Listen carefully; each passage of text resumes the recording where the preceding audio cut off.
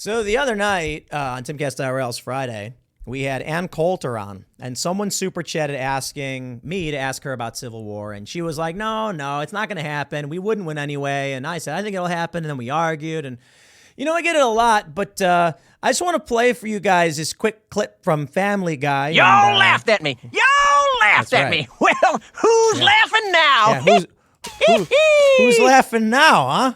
Marjorie Taylor Greene calls again for a national divorce. Okay, I understand the difference between a national divorce and a civil war, but I don't quite understand how you enact or implement a national divorce and not get a civil war. And more importantly, I don't understand how this rhetoric of dividing the country up does not just lead to a civil war.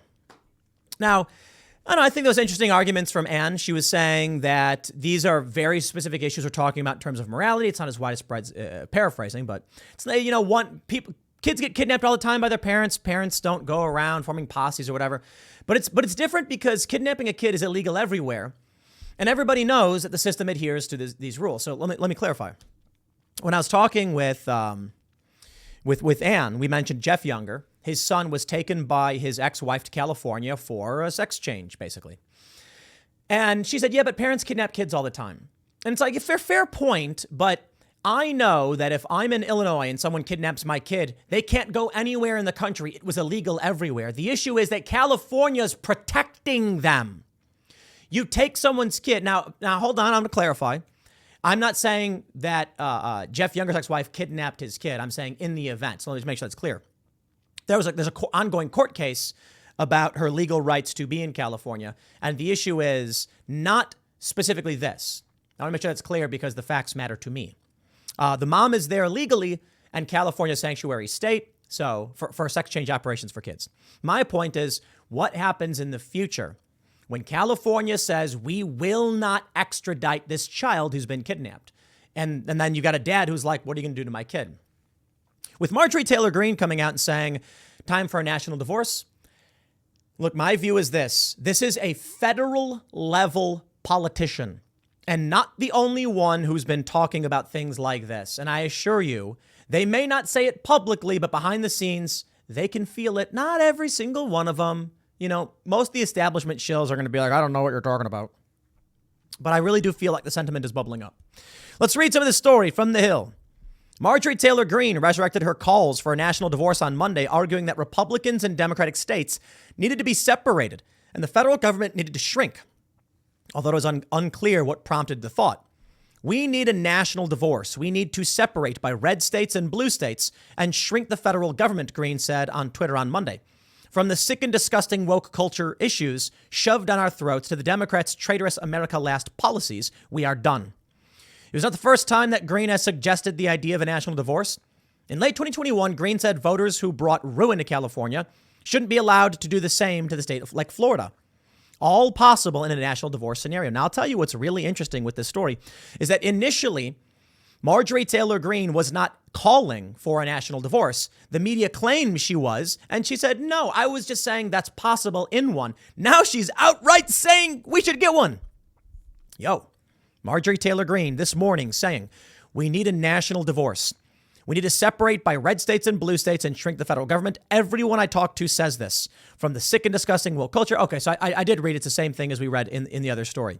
So here we are, ladies and gentlemen. Civil war trends after Marjorie Taylor Greene tweets, ask for national divorce. What say you, commenters? Why don't you comment below and let me know what you think about, should we have a national divorce? We've had several people on Timcast IRL advocate for such a position. We've had Michael Malice, of course, he made a really interesting point on Glenn Beck's show saying disunity is probably the best state to be in. Or I don't want to put words in his mouth, but that it was good that there's a bit of chaos going on. And he was basically saying, in order for there to be a dictatorship, there has to be unity. And it's a fair point, but you also got to consider too that in a nightmare dystopia, there's a resistance, and that doesn't mean they're powerful and you're still living under a dictator. But Luke Rudkowski's advocated for something similar. We've seen memes from liberals and leftists where it's like the United States of Canada and then Jesus land, they call it for whatever reason. And it's like, okay, that's stupid. I mean, you can just call it America and, global world or something. I don't know. The liberals don't want a country at all. Mostly they don't want anything. It's a tribal cult. Excuse me. But for a lot of these people, they want absolute internationalism. I'm not saying globalism because that means something specific. I mean internationalism in terms of international bodies to varying degrees, open borders. Maybe you could argue it means similar things, but I think there's slightly different connotations in it. You've got Joe Biden going to Ukraine instead of taking care of East Palestine. And that's a really good example of what Democrats and liberals think of this country. They don't care. They are increasingly looking to a global world. Now, let me tell you what I think. I think a one world government, it's already here. A lot of people talk about like the New World Order and the global governance and all that. And I'm like, it exists already. It's rudimentary. The seeds have been planted. We still have holdouts, but it will happen. The one thing that would accelerate that is like an alien invasion. That's like the plot of Watchmen, basically. Get all the countries to unify against a common threat, I guess. But I do think it's inevitable. There's a famous quote from, who was it? Was it David Rothschild or something? Or was it Lord Jacob Rothschild? One of them. And he said, it's not a question of when globalism will happen. It's an issue of it will happen no matter what. Now, a lot of people took that to think he was saying, no one will stop my plan.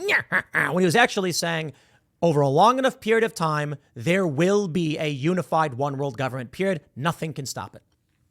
He's completely correct. The question is, how does this global government operate? So I know there's a lot of people saying, no, I refuse. And hold on, hear me out. Hear what I have to say. I'm not saying that the United States will cease to exist and there will be like the president of Earth. I'm saying that you will live in a country, your country will have rules, but there will be a unified global governance structure of weaker proportions. If you do not stand up for yourself over time, it may very well turn the U.S. into nothing more than a state. And that's something that can only be avoided through hard work and courage. But even right now, with NATO and the UN and these international treaties and alliances, the TPP, the Trans-Pacific Partnership, was a huge step in the direction of global governance. We already have global governance.